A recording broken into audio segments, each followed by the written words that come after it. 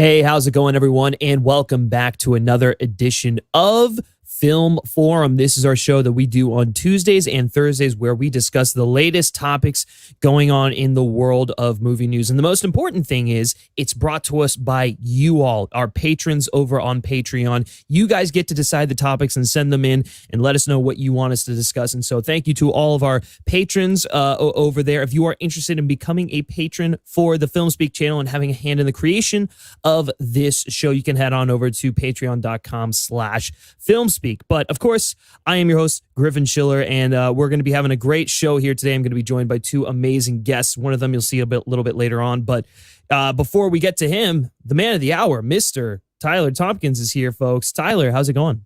What's going on? Good to be here. Can't wait to talk about The Tax Collector. Oh, very man. Excited. Very excited. I'm very excited too. Yeah, I literally just finished watching The Tax Collector, and that's wow, guys. David Ayer really is just like he's dug himself into a hole now, and I just don't. I can't. Let me ask you: Are you interested in the Ayer cut of Suicide Squad?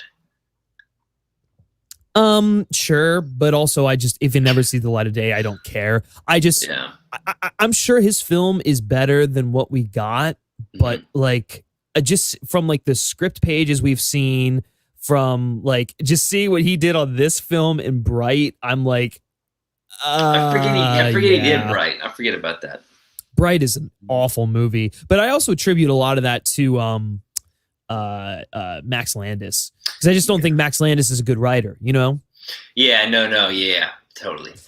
Yeah, but I mean, listen, we could sit here and talk about David Ayer's failings all day long, but no, just kidding. I'm sure he's a nice guy. I like a good majority of his films. I really hate to dog on him like this because I love End of Watch. I love Fury. Training Day is a great film. He also did that submarine movie, right? It was like U571, and then he wrote I don't know if he directed, but I kind of like Street Kings with Keanu Reeves. Yeah, kind of an older mid 2000s action movie. It's pretty good. Yeah, Street Kings isn't bad. And then he has more hits than miss, in my opinion, for the most part. No, he did Sabotage though, so that's kind of like. Oh, I didn't like that one. Yeah, that's another one. But we'll get to The Tax Collector a little bit later on. But let's get into this. We got a lot of news stories to touch on, and obviously you clicked on the thumbnail, so Dune will be. We'll talk about Dune a little bit later on, but be sure to stay tuned for this. If you are watching this on the replay, I will have timestamps of where you can go to the different stories on this show. But starting things off, we're going to be talking about Bradley Cooper in talks to join PTA's new film. So it's actually interesting because let me pull this up, because we did have we did write an article over on filmspeak.net, which, guys, we are writing content over there. So if you're interested in it, definitely go check it out. But yeah, yesterday, basically, the Hollywood Reporter broke that Bradley Cooper is going to be, I mean, he's not officially confirmed, but he's in talks currently to join Paul Thomas Anderson in his next film. And while not really much is known about it, it's going to follow various character stories in the San Fernando Valley during the 1970s, revolving primarily around a child actor attending a local high school. So definitely, something very different when you compare it to his last film, which was Phantom Thread. So like we're going back to the days of like Boogie Nights and stuff like that. Just like nice. I don't know. I would assume like a hangout coming of age sort of movie. Again, we don't really know much, but it's PTA, so we know it's going to be good. So there's no official release date for the film yet. It is expected to come out in fall 2021. And I think the interesting thing about this story was that PTA was previously looking at Harrison Ford, Michael Douglas, and George Clooney for this role that Cooper is going to be playing, which it's speculated he's going to be the mentor figure to this child, whoever that child may be. And I think Leonardo DiCaprio was like at one point eyed to play the role back in early 2019, but currently the person that PTA has in mind is Cooper, and I'm hoping that it sticks because after 2018, Cooper had his massive explosion there with A Star Is Born. I mean, he's always been a good actor, but A Star Is Born really brought him to another level. I think just in terms of talent, seeing him work with a director like PTA, who is an actor's director, who's just like unbelievable, just in terms of his talent and ability, I think is a great next move for him. I think he'd be a great fit for it. But anyways, Tyler, going to you. What are your thoughts on this story, and does this get you really excited for PTA's film? Yeah, I mean, I've been excited for this movie regardless, but you always know when PTA has a movie coming out, he's going to get someone big. He always has someone huge to lead his movies for all of them, and yeah. I would never guess Bradley Cooper at all. It's kind of a random pick, but I love it, because it's like, whoa, like it's so cool. Yeah. And it's interesting to hear that those older guys were kind of in contention for the role too, like Harrison Ford and Michael Douglas went with a much younger pick. But that was the thing. It was like he originally wanted the role to be, at least from what I've read and stuff, he originally wanted the role to be an older mentor, but then I guess kind of backtracked on that and wanted to go with someone a little bit younger, which I like, because I think so often, like more often than not, we see the really old guy be the mentor, and so just to see a guy like Cooper, who's in his 40s or something like that, have to sort of, I don't know, I feel like it's just something different. Do you think he will be like say he was nominated for an Oscar, which is very possible for being in a PTA movie? Do you think he'll be like a lead or like a supporting? No, I think this is definitely supporting, because the lead is the kid, from what I'm gathering. That's what I was assuming too, because I got really excited at first, but I mean, I'm still excited, but I think he'll definitely be supporting as well. But still exciting, man. I can't wait to see how the rest of the cast shapes up too.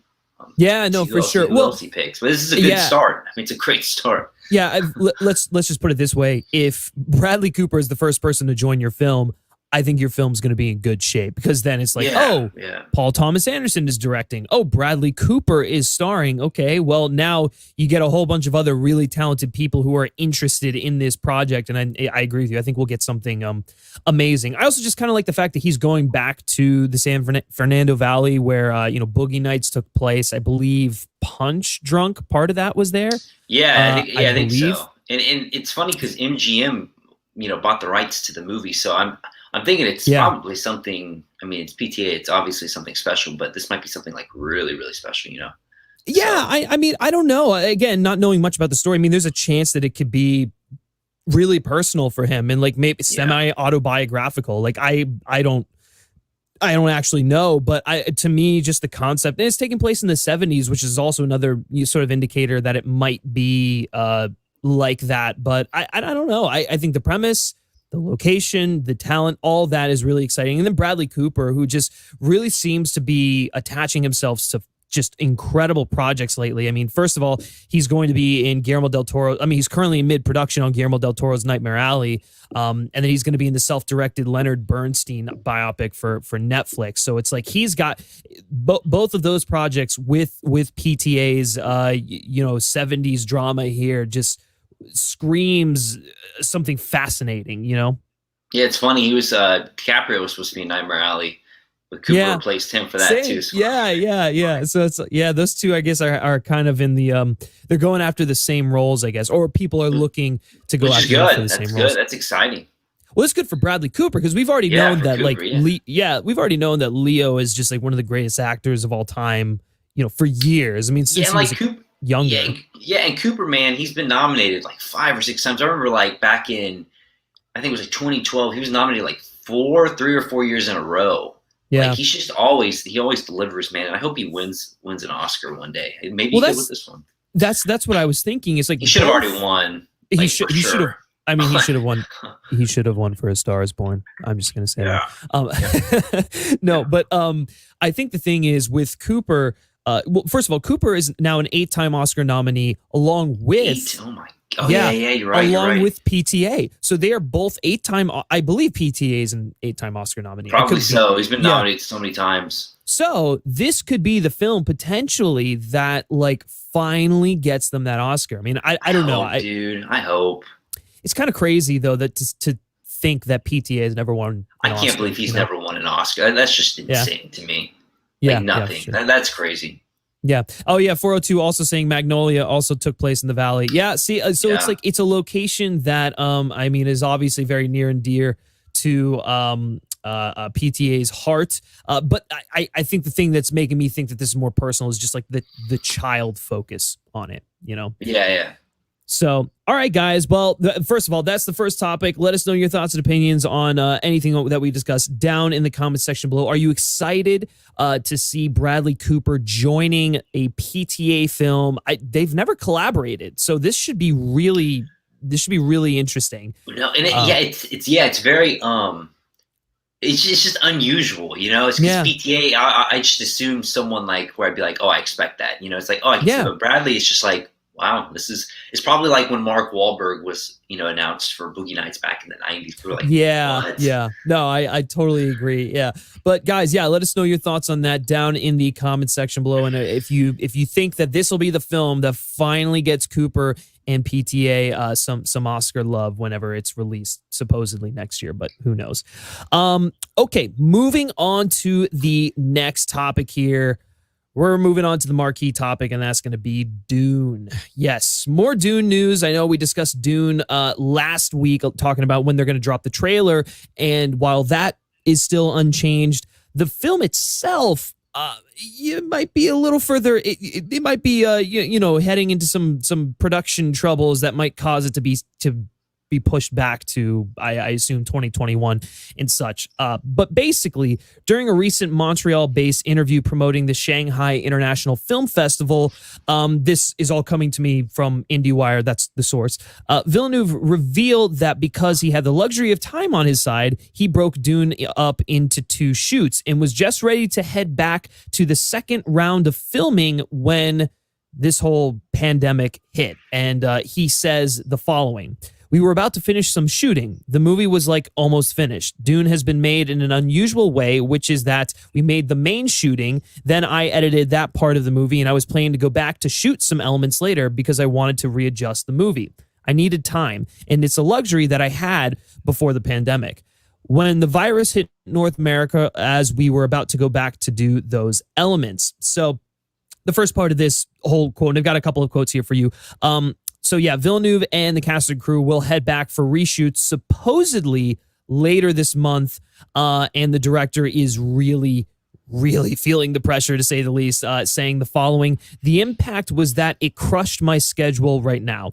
It will be a sprint to the finish to release the movie right now. Sorry, it will be a sprint to finish the movie on time right now. We were allowed to go back to shoot. We're going back to shoot those elements in a few weeks.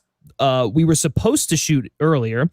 It meant that I also had to finish some elements of the movie, like VFX and the editing, being in Montreal as my crew stayed in Los Angeles." He also, opened up a little bit about working remotely and sort of talking about the impact that has had, it's had a pretty negative impact on like the collaboration that he usually has with his editor, saying, "I will say as a director, there are things that can be done remotely to deal with technology. All the supervision of VFX with some equipment is kind of easy to do from afar. For me, the big lesson of this is I thought that it would be possible to edit at a distance, having my editor, Joe Walker, sharing with computers, being far from one another. But I realize how much editing is like playing music with someone, and you need to be in the same room. I mean, there's something about the interaction, human interaction, spontaneity, the energy in the room. I really miss not being in the same room with my editor." And then he also went on to say the last little bit here: "I'm saying as an artist, to edit my movie not being in the same room as my editor is very, very painful. Also, maybe one of the reasons is the editor is also my psychiatrist. I mean, he's the one who's dealing with my anxiety and my panic attacks and my fears and receiving my joys. I think that in the future, if something ever like this happened again, definitely I will want to make sure that my editor is close to me. Editing is a very important part of the filmmaking process for me, maybe the most important. It's the time where you rewrite the movie in some ways." So currently, that's what Villeneuve has to say. That's his little update here on Dune. It's slated currently to come out December 18th, but he's under a time crunch, and I fail to believe that he's going to want to rush to get this thing out. I mean, he's already in a sprint to the finish right now, as he put it. So Tyler, does this mean Dune gets delayed? I mean, I would think so. Dune has been like, out of all the movies that have been delayed and all the movies that have been talked about during this whole pandemic thing, I can't believe Dune's the one that's kind of like stuck it out, like that release date, they just are not budging. It's Warner Brothers, right? They're producing it. They've been so hell-bent on releasing Tenet, which is understandable, in Dune. Like they really just want those movies to come out. Well, because it's their big like auteur concept films, to me that means Dune is probably good, and I think it's going to be slightly more accessible than Blade Runner 2049 if they're so hell-bent on getting it out, which is good.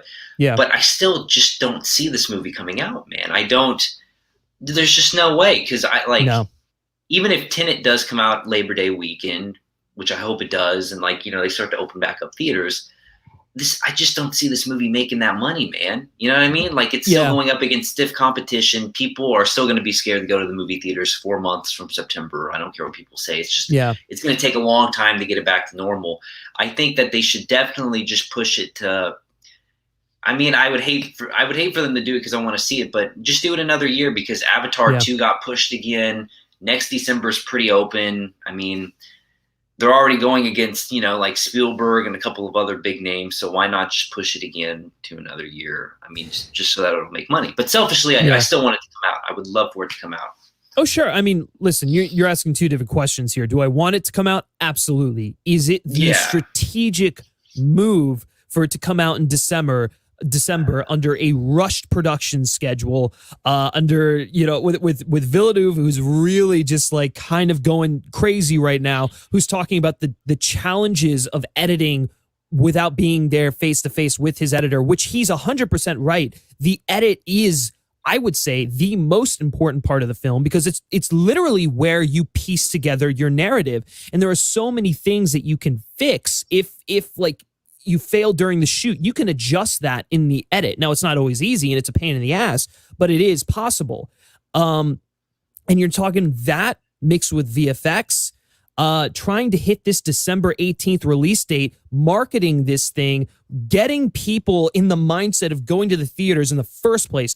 Not completely dissonant. We're not even talking about Dune yet. We're just saying getting people in the mindset to go to the theaters in a pandemic. Okay, so we've opened up theaters. Okay, say maybe you've got like a fair amount of people who are interested in going to the theater.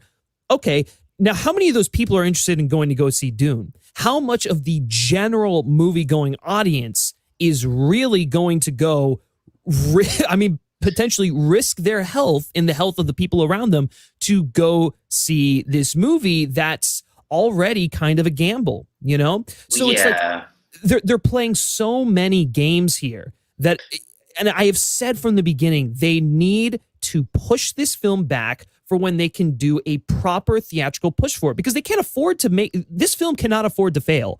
Like, they've already dumped so much money into it. It is a potential franchise starter. Obviously it's going to be good. I don't think there's any doubt about that, just given the talent involved and how Warner Brothers is really confident in this. I don't know. I have to imagine that this is going to get delayed. And I mean, and think too, you have to think, okay, so say the movie's great, and let's just say everybody's going to the theater again for whatever reason. In my mind, theaters are still going to have those social distancing rules where they have, they're going to cap the theater. I can't see a theater being 100% filled by the end of December. I just don't see that happening. Yeah. Even if everyone went to go see every showtime of Dune, mathematically, would it even still make back its budget? You know what I mean? Because they're not going to be able to play it in every single theater, because there will be other movies out in the theaters that it plays in. I said, they're going to be capped. So it's not going to be a full auditorium, so it's well, I mean, I guess they could do the long con thing, like what they were doing with Tenet, where they just have it in theaters. Like, the theatrical window is just longer. I could see that. But again, you're talking about maybe then if the film is actually in theaters for a long period of time, word of mouth will sort of spread about how good the film is and people will go to see it. But I still feel like most general movie-going audience members are just going to wait until that is available on VOD or something like that, just given the current situation we're in right now. And obviously things are going to get worse in the fall and December. So it's like, I feel like what they should do is push it back now. Let this poor man breathe for a second. I mean, hey, my God, he's going back to do reshoots. He's already been working like ridiculously hard on VFX. And I like the fact that he split it up into 2 shoots. I think that's really smart to sort of like reevaluate what's working, what's not. And then also, I mean, like if they need to do some pickup shots, they can account for that. But then also, let your crew and your cast like take a break a little bit, because I have to imagine it's a really intensive shoot just given everything that's going on. So yeah, I don't know, man. It just, to me, like let Villeneuve sort of like give him the time he needs to, properly finish this film. Maybe let the guy take like a break or something. Although I'm sure he doesn't want to, and then just release it next year. But we do have 3C here standing by. Chris, how's it going, man? Hey guys, sorry about that. It's okay. I was out of town last weekend. The airline lost my luggage, so I was. Are you serious? Yeah, man. I thought that's stuff that only happens in the movies. What do you mean you really lost my luggage, man? And oh my God, I was just on the phone, and it took longer than expected. But I'm here. I'm sorry about that, guys. No, don't even worry about it. But I do want to get your thoughts on this Dune news. So I don't know if you read all of Villeneuve's comments sort of that he was making during an interview that he gave recently, but he was basically talking about. He's basically under a time crunch. It's going to be a sprint to the finish, and because it was like originally he split this up into 2 shoots and he was like, oh, we've got the luxury of time. This will be great. Now he doesn't have that. And now he's got to rush to meet this December 18th, release date. And we're just like sort of talking about, I mean, is it even the right move to release Dune in December right now? I mean, it's got to be delayed, right?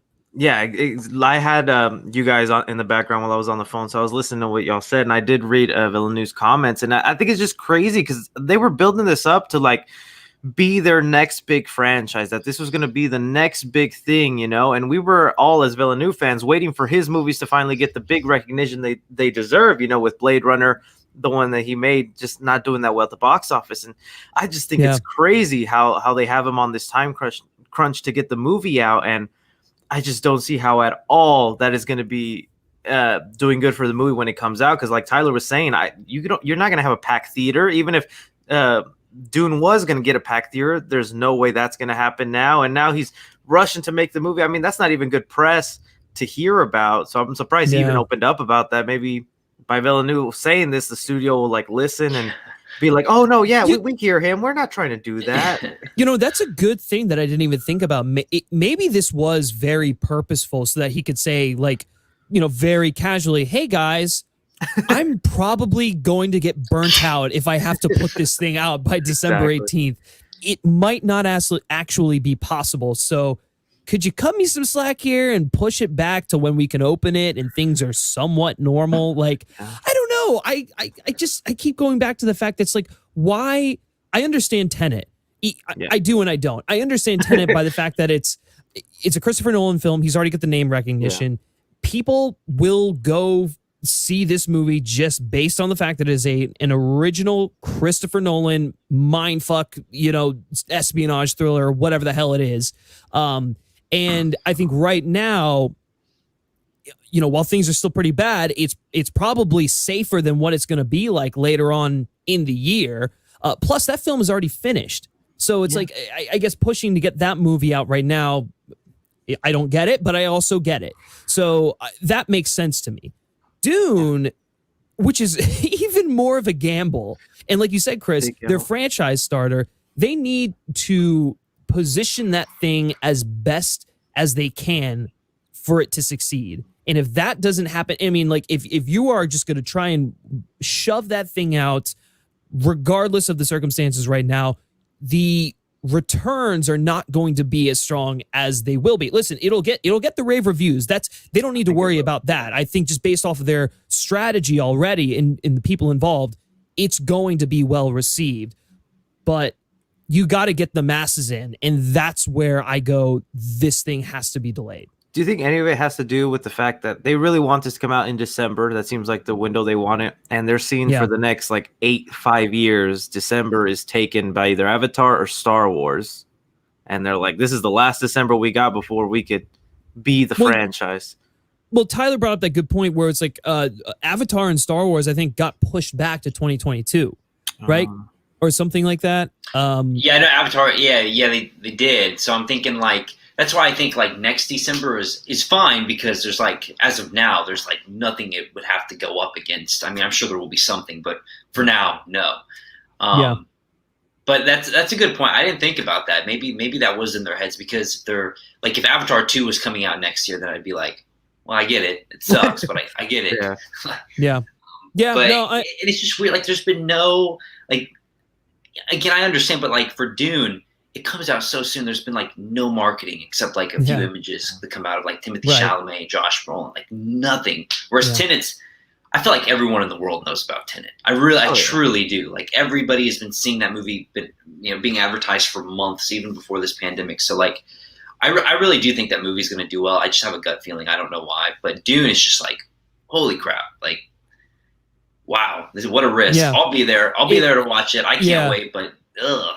I mean, it's a risk. And we got people in the chat saying, like 402 saying, if Tenet is released in September, it may end up being Nolan's Topaz, an espionage failure.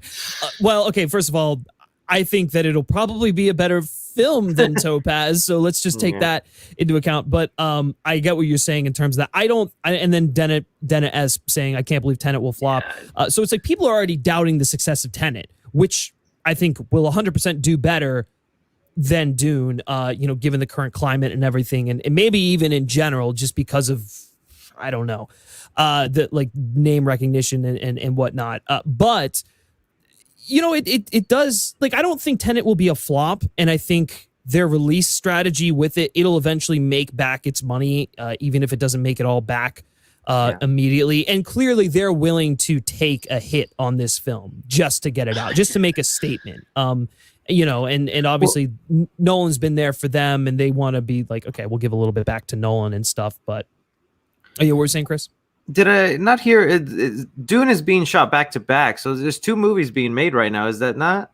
That's what No, so he split the shoot into 2 halves. So it was like they shot the first part of the film like whenever they first shot that, and then they took a little bit of time to do some VFX, do some post production, and now they were gearing up to go into the second half of that shoot. Okay. And then obviously. Well, literally right when they were gearing up to go into that second half, this whole pandemic thing happened. And so now that second shoot has been delayed to apparently later this month, which we don't even know if that's still possible. Wait, so that was the second half of the first movie? Yeah.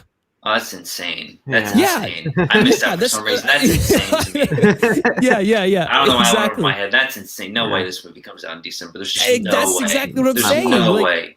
Yeah, exactly. That's insane to Warner Brothers. They're crazy if they do that. That's what I'm saying. It's like he is under such a time crunch right now. That doesn't even take into. I mean, granted, he's probably got half of the film finished, which great, but that doesn't even take into account VFX, and the time that it takes to put those things. And like, listen, when you're working on a movie like Dune, which is ridiculously effects heavy, like you need all the time you can get to perfect those effects. And obviously, he's talking about the edit. And that being a real,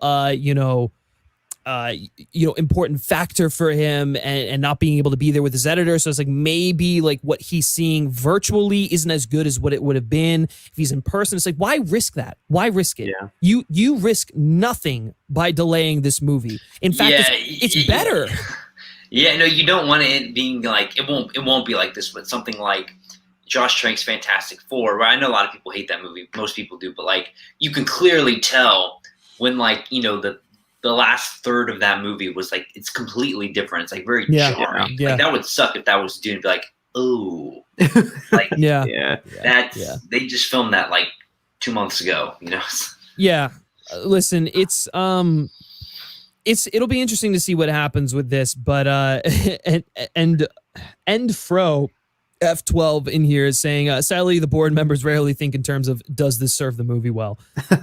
Fair point. Yeah. So maybe we will actually see an unfinished Dune by December of this year. But guys, we spent a lot of time talking about Dune, and now we want to hear from you all. Do you think Dune is actually going to hit its December 18th, 2020 release date, or are they going to bump that thing back to next year? To me, it seems inevitable, even with a first trailer on the horizon. I still think, okay, yeah, you drop that trailer, you get people somewhat excited for it, you put it in people's heads, but you push the movie to next year. So I don't know. I want to hear what you guys think down in the comments section below. Okay, moving on to the next topic here. And actually, Chris, if you don't mind, do you want to talk about the next topic? The next topic here, I was going to kind of briefly bring up the Ryan Reynolds Green Lantern thing. Oh, yeah. But I actually didn't. I just saw it this morning, and I figured you'd probably be the best one to talk about it since you did a video on it. Yeah. So, well, context. The Snyder Cut is coming out HBO Max in 2021. A lot of people excited for it, and it seems like every now and then we get little tidbits. Even before it was set to come out on HBO Max, there's just been like a laundry list of stuff that's supposed to be in it, And one of those was apparently a Green Lantern cameo or a small role that he was supposed to show up. No word on who the actor was or what kind of role was going to be happening in it. And now with Zack Snyder finally getting it done, the rumor was that he was going to use existing Green Lantern footage from Ryan Reynolds' movie and somehow try to shoehorn that in. Now, it was like the weirdest rumor for the longest time, so I never believed it. I never thought it was real. And then Ryan Reynolds took to Twitter to kind of like add flame to the fire of like, this could be a real thing. Let me see if I can pull up exactly what he said here. But yeah, this morning he debunked another rumor that was happening about him playing Hawkman in the Black Adam movie. He said specifically, I'm not playing Hawkman in Black Adam, although generally I do whatever the hell The Rock tells me to do. I would, however, love to be in Zack Snyder's Justice League movie, and I've heard I may already be in it. Now, it's hard to tell with Ryan Reynolds because the dude's a jokester. The dude's a funny guy. He likes to be sarcastic. So we don't know if he was just poking fun or if he was actually trying to get a job through this Snyder Cut thing. And I like to think after his second tweet, it was pretty clear that I think he was just joshing around being a funny guy because he released like a 20-second cut of his Green Lantern cut that had a CGI Tom Cruise that just It was hilarious to see. But who knows, man? Zack Snyder's changing a lot, and he's been given a boatload of money, specifically all to finish VFX. I wouldn't doubt if we got like a little cameo of Ryan Reynolds in the Snyder Cut. What do you guys think? Tyler, I'll let you go first. It's preposterous, but I could totally see it happening.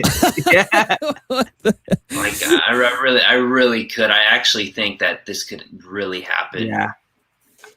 It'd be weird, man. Like I haven't seen Green Lantern since it came out back in the theater. I kind of dug it from what I remember, but I only saw it once. Thought it was all right, but it'd just be weird. It'd just be so weird. It'd be hard to take seriously. So out of place, yeah.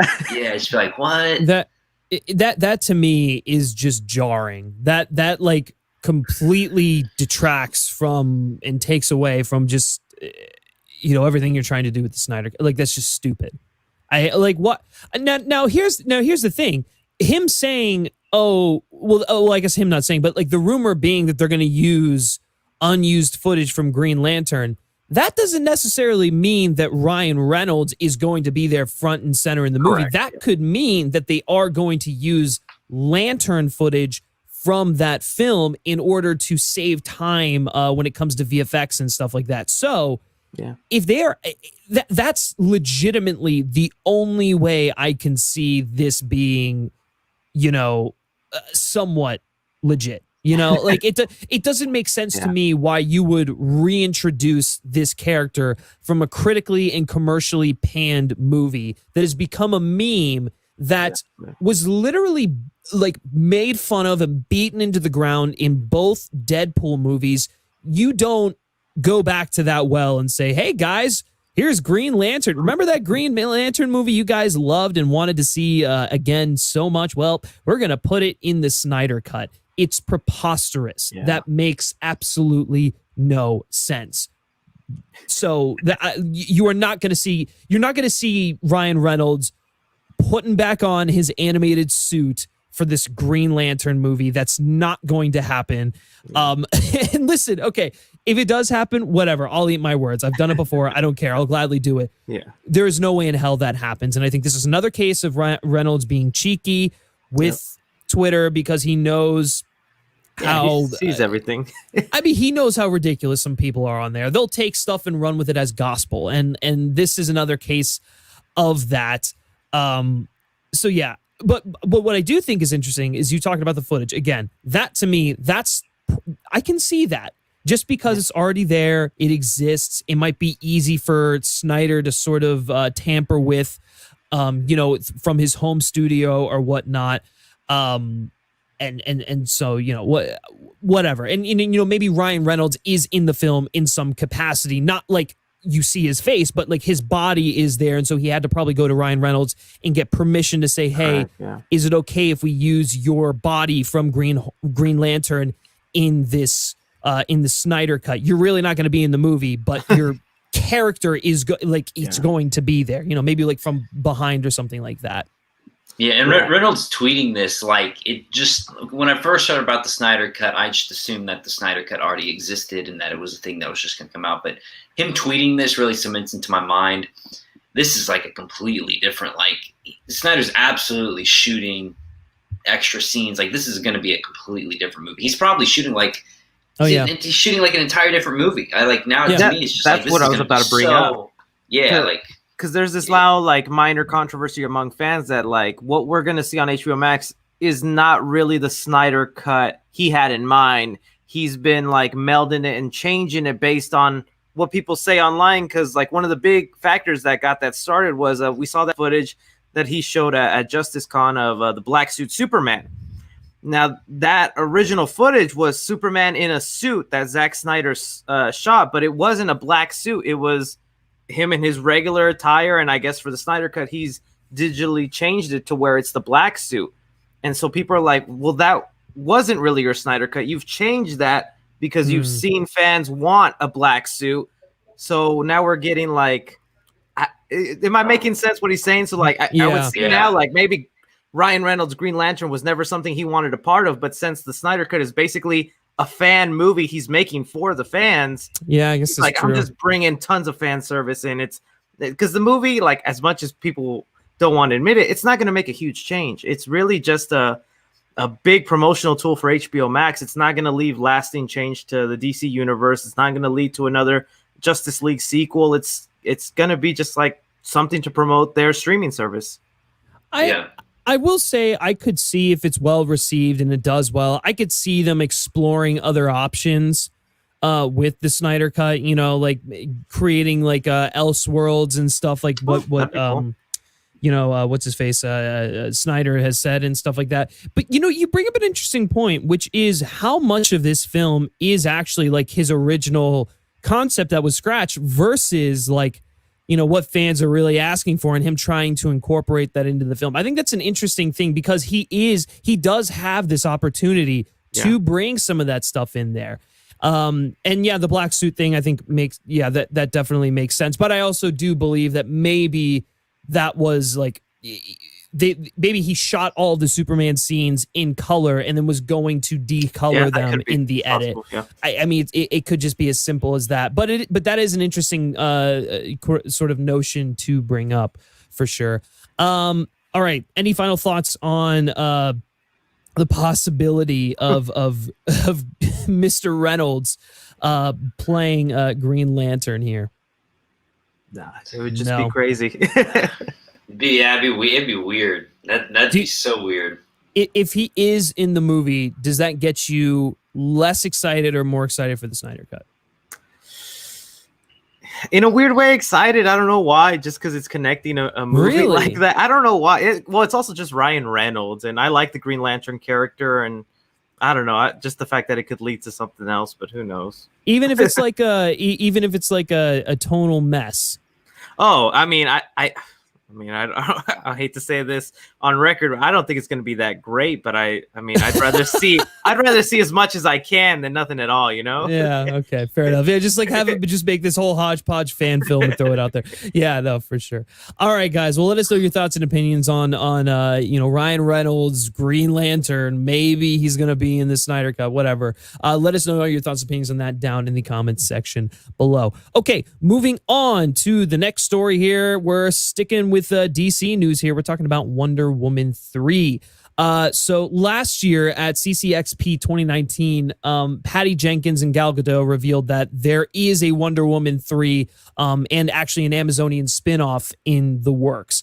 So we know that Wonder Woman will in fact be a trilogy. I mean, I'm sure they'll do more films beyond that, but there will be 3 cohesive films in the Jenkins Gadot sort of tenure here.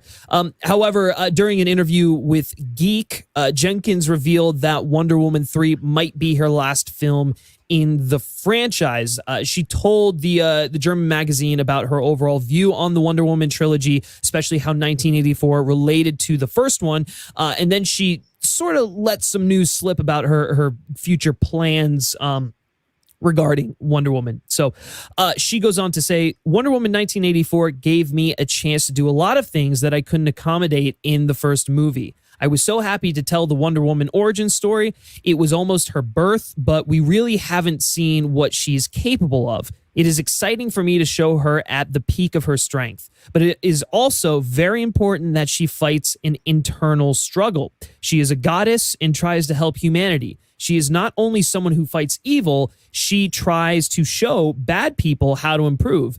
It is an interesting dilemma. The next one is probably my last Wonder Woman movie, so I have to put everything I want to show there. We have to think carefully.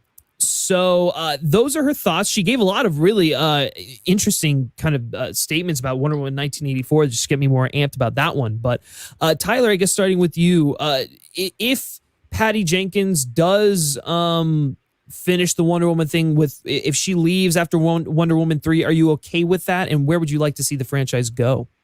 Yeah, for sure. I'm okay with her. I'm actually surprised she's coming back for a 3rd movie for whatever reason, because usually directors kind of stay on for like 1 or 2 movies and they hop off. If she were to stay on any longer, I would be nervous, just because I think of David, what's his name? David, I'm blanking in Harry Potter. What's his name? David Yates. David Yates. Yeah, David Yates. I love all of his Potter movies, but the Fantastic Beasts movies are just not good. And I think that's because he just hasn't done anything other than Tarzan. Like, he's just been doing nothing but Harry Potter. So if she were to stay on, I'd be super nervous about the quality dipping. Then again, she's a great filmmaker, so I don't know if that would happen. But I don't really know where I would want the series to go after 3. We usually don't get usually those movies stop at 3. We never get like a 4th or a 5th movie with the superhero. But I could definitely see her story continuing. I guess she's eventually going to get to modern time, so I guess it'd be cool to see a movie with her in modern time. Yeah. For sure. I assume that's where it's going to go. So I'm excited for 2 though, because the 80s, that's going to be so cool. It's going to be so fun. I have to imagine that the 3rd film will be in modern time. That feels like it would be appropriate. And then from there, I guess let the character take a break a little bit. She can show up in like Justice League films or whatever a little bit. But I mean, I don't know. I do like the kind of notion of this just complete story arc being told throughout the course of 3 films. I mean, basically going back to the Dark Knight trilogy. It'll be the Wonder Woman Dark Knight trilogy, if you will. So I am okay with that. And I'd rather have a cohesive, emotionally powerful, and well-crafted trilogy by one filmmaker than a series of movies where the end isn't really in sight by a bunch of different filmmakers and stuff like that. But Chris, what do you kind of make of all this? No, yeah, if she does one more, I would absolutely love that. And it would just feel, like you said, complete. She gives her story arc, and it's all Patty Jenkins, Wonder Woman. From there, though, I wouldn't mind seeing her jump into other stuff. I don't want to see her get too stale or dip in quality, or just focus on Wonder Woman. Like one director that's happening to right now that I just want them to jump off that ship and do something different is Matthew Vaughn. You know, he's sticking onto the Kingsman train, and he's even talking about sticking around for the third Kingsman movie with Taron Egerton, not this prequel one that he's making. And I'm like, oh, you're so talented, Matthew Vaughn. I want you to do something different. I don't want you to just stick on Kingsman. So I would want that for Patty Jenkins. If maybe she could stay in the DC universe, doesn't have to be Wonder Woman. Like she's doing great with that. You give her a Batgirl movie, or heck, throw her a Justice League movie. She might be able to be good with that. Yeah, no, I mean, yeah, there are definitely like other projects that she could tackle in the DC, EU and stuff like that. I think for me, after she finishes Wonder Woman 3, because I think for her, she's really been going nonstop on telling this story, you know? Yeah. Like she has been working on the script for 84 since the first film came out, and I'm sure she's already sort of deep into the weeds on a third movie. So in a way, it sort of is like how Nolan approached the Dark Knight trilogy, you know, where it was like they were really focusing on one after the other. I mean, obviously I know The Prestige came out before what was it, The Dark Knight, or was it The Dark Knight Rises or something like that? I forget the chronology there. But so she's capable. I mean, so obviously she could probably work on another project if she wanted to before the third one. But to me, it just seems like she's putting all of her time and effort into this trilogy.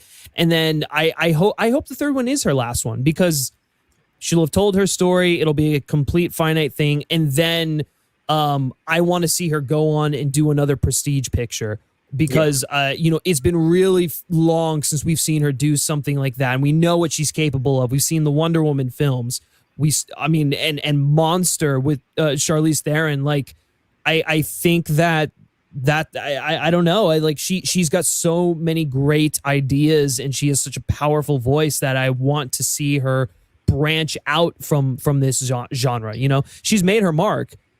Go use that credibility to do whatever you want, you know? I'm hoping too. She did a lot of TV, but I hope she doesn't she earned it, but I hope she doesn't take too long of a break, because Wonder Woman was her first movie since Monster, which was 2003. So that's a long time. That is a really Monster's an long incredible time. movie. Yeah. I hope she doesn't, wait too long, even though she definitely earned the right to take a really long break, because three movies, three Wonder Woman movies back to back. I mean, I can't imagine how stressful that is and how crazy, you know? Oh yeah, I know for sure. But I feel like she's also like, she enjoys the challenge, and she's committed to this trilogy, you know? So if it is her last one, that's totally fine. And I think it probably will be her last one. Side note, Amy, our good friend Amy from the Movie Checklist is in here. And she's saying Fantastic Beasts is all JK, and I do agree. It is, yeah. I'd say it's like 75% JK, but Yates, man, like the visual style is just so bland. You know, like at least like. Dude, I've never liked him. I love his Potter movies for some reason. I love them. The only Potter film of his that is somewhat stylized is 6, and it's. I don't know. It's like a weird sort of stylization. And I love 6. It's my second favorite Harry Potter film. But like 5 does nothing. The Deathly Hallows, while I love both those movies, and the first one actually has a lot of nice style to it, I don't know. I can't say, oh yeah, that's a David Yates movie. You know, like he's just a workman-like director. Yeah, I get. Well, again, they worked for me, but like seeing his post-Potter career with like Tarzan and these Fantastic Beasts movies, I'm just like, holy crap! Like, come on, like Warner Brothers needs to. I wish they would get another director just for I guess they just trust Yates because he's done so many of the movies, but I do think he is part of the problem for sure of why those movies they look boring. Like the visually just look boring, you know? I don't know. It's just the color scheme, and I don't know. Do you think they'll end it after this third one? Because I know they said they were going to do like 5 or 4. I feel like this third one they're going to wrap it up. I feel like they could. I think with all the JK controversy and all that stuff, I'm just like, I don't know if Warner Brothers wants to keep plowing on her. Yeah, I mean JK controversy. Like, even if you take the controversy out, like people just really don't seem interested in the Fantastic Beasts series. Like, 2 did not do as good as the first one, and I don't know. There's just like I don't know. I'm not even hyped. Yeah. I'm not even hyped. I mean, for it. you I still love have Harry Johnny Potter. Depp on there too, and he's in the middle of his court case, and I don't know. There's so I much. know. There's so much. It's for Fantastic- Fantastic Beasts. Fantastic Beasts is just, it's so plagued. I mean, like Amy even saying, will a third one even come out? I mean, honestly, if Ezra Miller's supposed to take like main stage in your film with that reveal at the end of the second one, and then with J.K. Rowling on her bullshit, and then fuck, man, yeah, I don't know, Johnny Depp with his nonsense, and then on top of the fact, like David Yates, just If it didn't happen, I wouldn't be disappointed. I'd check whatever. Yeah, it was just baffling. A little bit of a tangent here, but it's just like it's baffling to me that was the direction they went in. Like, what? Yeah. Why wouldn't you? Dude. Like, if you're gonna do a prequel, why wouldn't you do it about either when they were all kids in school, or maybe like, I don't know, maybe explicitly just follow Voldemort, or sorry, not Voldemort, Or Dumbledore. Dumbledore, Jude Law or killed something. it. Yeah, Like Jude Law is great as Dumbledore, but like, they killed it by not going back to Hogwarts. Like, nobody wants to be out. you know. Like, it's just, I don't know. It was a weird creative choice. Yeah, it was really weird, and then also the fact that like Jude Law's playing Dumbledore, and he's supposed to age like this much in like such a short period of time. It's like what? How do you get from looking like Jude Law to Richard Harris in The Philosopher's Stone? Like, what? Like, it makes absolutely no sense. Yeah. Oh man. It's ridiculous. Anyways, let's stop talking about Fantastic Beasts. Anyways, guys, Patty Jenkins, Wonder Woman. Let us know your thoughts and opinions on that down in the comments section below. Do you think that Wonder Woman 3 is her last film? And if it is her last film, are you okay with that?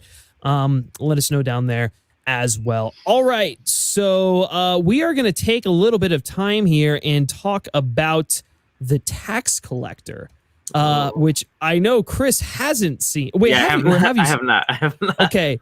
Would it be all right if we talked about The Tax Collector for a little bit? Okay. I'm curious to hear if it's worth it or not, because I'm just hearing such bad things. It's not good. It's so bad. And all I can I'm think sorry, about is Chris. Shia LaBeouf in that tattoo chair, thinking this is gonna be my legacy. Yeah, it's really bad. So okay, do you want me to remove you? Or do you want me to just leave you I can there? stay on. I can stay on. All right. Okay. Cool. All right. So, Tyler, the Tax Collector. It's the new film from David Ayer. I believe. Actually, let me pull up the synopsis right here because I don't have it up. But I wasn't sure if it. Yeah. Okay. So the Tax Collector. Yeah, it is written and directed by David Ayer. Of course, it was written by David Ayer. I should have known that just by watching it. But it is really simple. It follows two enforcers for a crime lord as they face an uncertain future when an old rival appears. It's got Shia LaBeouf and Bobby Soto. Also, George Lopez is in there as well. Tyler, you saw this film at a drive-in last week where David Ayer did a Q&A. The premiere. Oh, I'm sorry. Wow. Oh, okay. Sorry, it was the premiere. The cast, the whole cast was there. I'm not trying to brag. I'm just like, I'm setting the stage. I'm setting the stage for like, it was kind of cool, though. I will say, we were in line for concessions. Shia was like 5 feet from where we were standing. It was so surreal. I was like, oh my gosh. But dude, it was like I was kind of excited because everyone was there. I was thinking like, okay, maybe this will be good because they did the same thing for The Rental like a month ago. Like at the same place, they had like a little ArcLight premiere for it. And I haven't seen that movie yet, but it was relatively well received from what I've read. Like majority of people thought it was pretty good. I've seen worse movies. Yeah, so I'm thinking like this movie will at least be like decent. Like it has to be good. But dude, this is like the Fantasy Island was really bad. It's still probably the worst movie I've seen all year. But this is one of the worst movies I've seen all year. This is a really bad movie, and I feel so bad for everyone involved, especially David Ayer and Shia LaBeouf, because they've been hyping this movie up so much for the past couple of months. Do you really feel bad for David That's what I Ayer? was saying. Like, this is his movie. Yeah. Like, No, I do feel bad for Ayer because like I don't know what's happening. I don't know what's going on with him because he was on a roll, dude. Like you were saying earlier with End of Watch, Fury, and then he wrote a couple of other great scripts before that. But something, I don't know what happened, man, because like Fury and End of Watch, those are such well-written movies, and they're so well-directed, great characters, great stories. Training Day was well-written, you know? I mean, Training Day was well-written, but then he goes from all of that to Sabotage, which, you know, I'll give him one bad movie, okay, not good. Suicide Squad, and now The Tax Collector, which to me, this is his worst movie by far. You're not even mentioning Bright, which is Bro, I always forget he did Bright. I actually I don't mind hate Bright. I don't hate oh, Bright. Really? Yeah. To me, I'll give him like, I thought that was fine, but like, I don't know what's going on. And The Tax Collector is, I'm so sad because I know a lot of people are going to watch this because everyone always talks about the Shia LaBeouf, him sitting in the chair with the tattoo or whatever. Which is totally like you don't even see it. You don't even see it. You barely see it once. There's like one scene, but it's like, dude, Shia LaBeouf, his character is so useless in the movie. He's the best part of the movie. He's the best part of the movie by far, in my opinion. I don't know. What do you think? I mean, you're really scraping the bottom of the barrel there.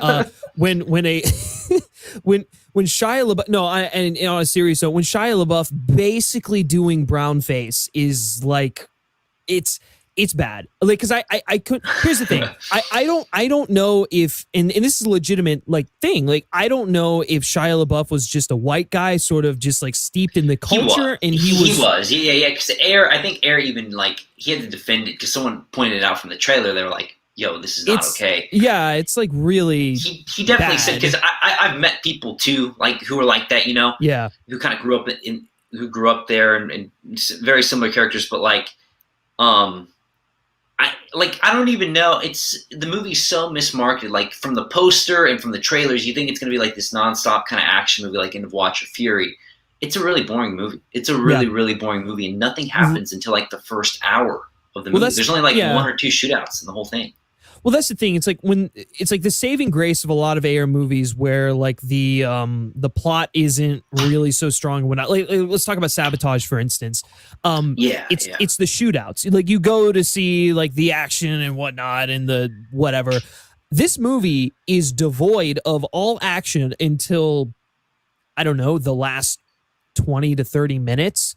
And even then it's not really that impressive. It's legitimately the entirety of the film is Shia LaBeouf and Bobby Soto driving around and just like threatening guys to get their money. Basically they're literally going around collecting taxes for the mob.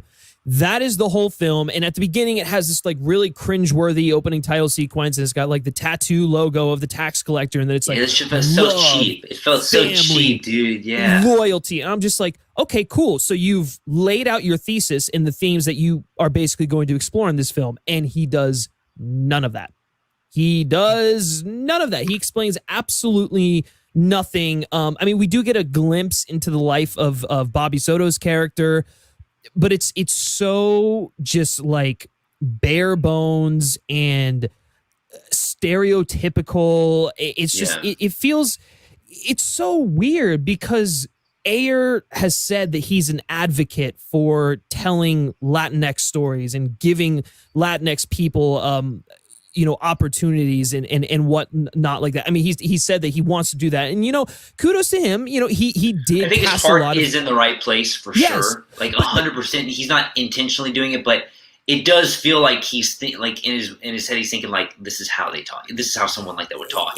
That's like, that's the problem with it. Is like he's saying he's doing all these things, and then he tells this story, which is like it depicts Latinx people in such a negative light, like across the board. Like it's just like it is a pretty offensive movie. Like I won't sugarcoat it. Like it is basically him doing the whole like El Diablo character from Suicide Squad, but like turning that into a movie, which El Diablo in Suicide Squad I thought was just, I mean, it was basically a racist caricature. Let's be real here. So I don't know. To me, him doing that, taking into a film, and I agree with you, Tyler. The sad thing about it is he thinks that he's doing something good here. That he is like, it's like, oh yes, this is authentic and whatnot. It's like, no, you're only telling one side of the Latinx experience, and you're not even a Latino. Like he is a white guy. So it's like, I don't know why he thinks that he's the best person to tell these stories.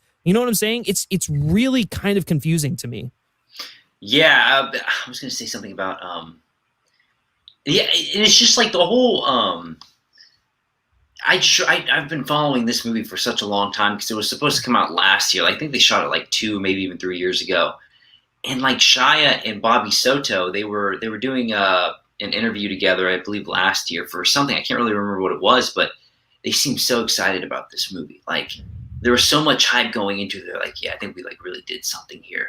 And that got me excited because I thought, okay, David Ayer's kind of returning to going back to his roots and like telling these smaller stories about brotherhood. And, I'm like, okay, this is going to be like really, really solid. But yeah. To me, it just feels like a completely different person is like writing and directing these movies. So I know Ayer is better than this. I really do know he is. Like I know he can make a good movie. We've seen it. We've seen it with Fury. We've seen it with End of Watch. I mean, obviously, we know he's capable a good writer. Of writing. He's a good writer. Yeah, he's really solid. But like just his past couple of movies, it's just I don't know what's going on, and it makes me really sad. I hope he can find his footing again. Yeah, I think what it is this film is basically the amalgamation of all of his worst tendencies as a filmmaker.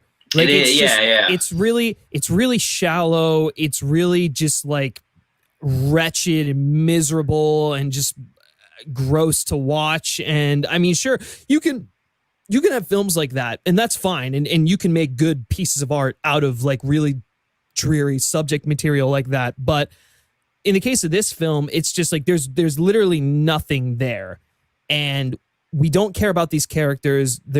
It's such just like pedestrian writing. Like the dialogue is so awful. The performances are really wooden. I mean, Shia LaBeouf is good. Like he gives a good performance, but again, I think he's really good. I actually think he's really quite good. But he's always good. He's always good. And that's the thing. It's like it doesn't matter what he's in. He's always going to deliver something, worth watching. But like you said, there's really nothing to him, and we don't even understand who he is as a character. It's like one thing to keep a character's backstory kind of shrouded in mystery, but it's like when you do that and we don't know anything about him as a character other than just like an archetype or like a stereotype, that doesn't work. And so it's just, I don't know. It's just a really scummy movie, and I can't say I enjoyed it. Like I did expect critics to like. As soon as I watched it, I was like, "This is not going to be good. This is not good for the movie." I'm very nervous, but I was so baffled by it because I expected it to be kind of good. That my roommates and I, we kind of talked to other people who were there because there were a ton of people there. Were like, "Hey, like, did you like the movie?" And this is the general public, but dude, everyone seemed to really like it. Like really? Yeah. So I'm curious to see how like the general public and general movie going audience. Yeah. I'm curious to see what they think about it, which is kind of weird. I don't know if it was because it was kind of a special screening and they were kind of like that's usually what it is. Yeah. The environment. That's happened to all of us before. We watched like when I saw Jack Reacher 2 with Tom Cruise, I thought it was like the greatest movie ever. I was like, "Well, this is awesome! Like this is great," but it's not. I mean, it's not a good movie. So I'm curious to see what like the movie going audience thinks about it when it comes out. See if they like it or not. I don't know. Yeah. I think it's going to do well. A lot of people know what this movie is. So. Yeah, I mean, listen, that's the thing. It's like I am curious to see how what kind of crosses over into general movie going audiences. And I know some of you guys in here are saying that you're still interested in checking that out. And I'm awesome. I hope you actually enjoy it more than we did. Super hyped. Yeah. But yeah, listen. Okay. Closing this thing out. Final thoughts, Tyler. What just kind of your closing thoughts on this, and then what would you give the film out of 10? Again, I still love David Ayer, even though he's had a couple of stinkers. I truly do feel bad for him because I wanted this to be like a really good movie for him because of all the hate he received from the Suicide Squad. I love Shia and I love the cast involved, and I really wish this would have been something special, but it wasn't. I really didn't like the movie. I didn't think it was any good. I can't recommend it. If I had out of 10, I'd give it like probably go like a 3 out of 10. I'm gonna echo what you said. I also would give it a 3 out of 10. It's just not good. It's written and it's boring. And I think a lot of it is like it's boring. Like there's like the shootout sequences when they happen. it does feel kind of like it's a little jarring because it's like, okay, this is so random, but some of them were kind of entertaining. It was like, I wish there was more of this, at least there was more of this because it would be, slightly more enjoyable. But even those felt kind of out of place. Yeah, I know. I agree with you. Yeah, there's really not much here. It's just really shallow. Just again, racist stereotypes and stuff like that. I think he's showing his worst tendencies as a filmmaker, and his writing is really weak. A lot of the performances are wooden.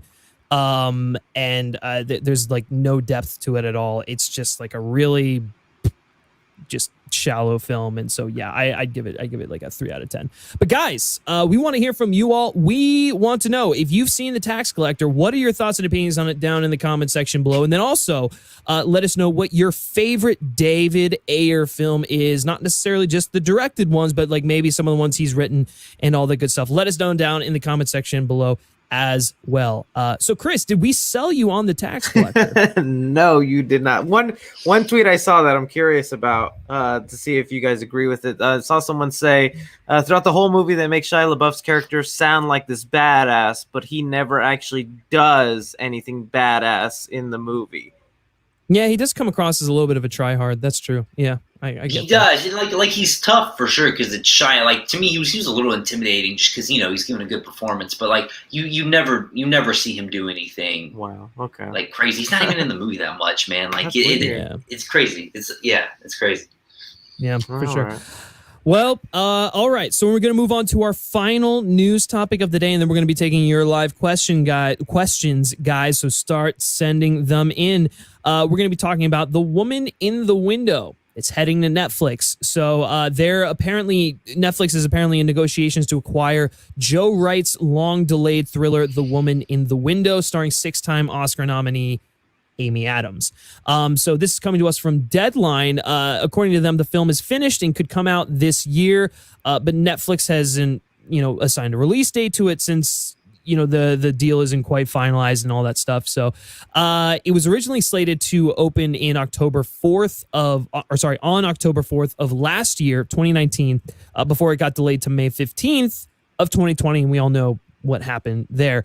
So for those of you who don't know, The Woman in the Window is an adaptation of A.J. Finn's best-selling novel, which follows agoraphobic child psychologist Anna Fox, played by Amy Adams, who lives alone in a suburban New York brownstone. She's afraid to leave. Her only real social interaction takes place online, and she spends her days popping pills, drinking wine, and watching old movies and her neighbors.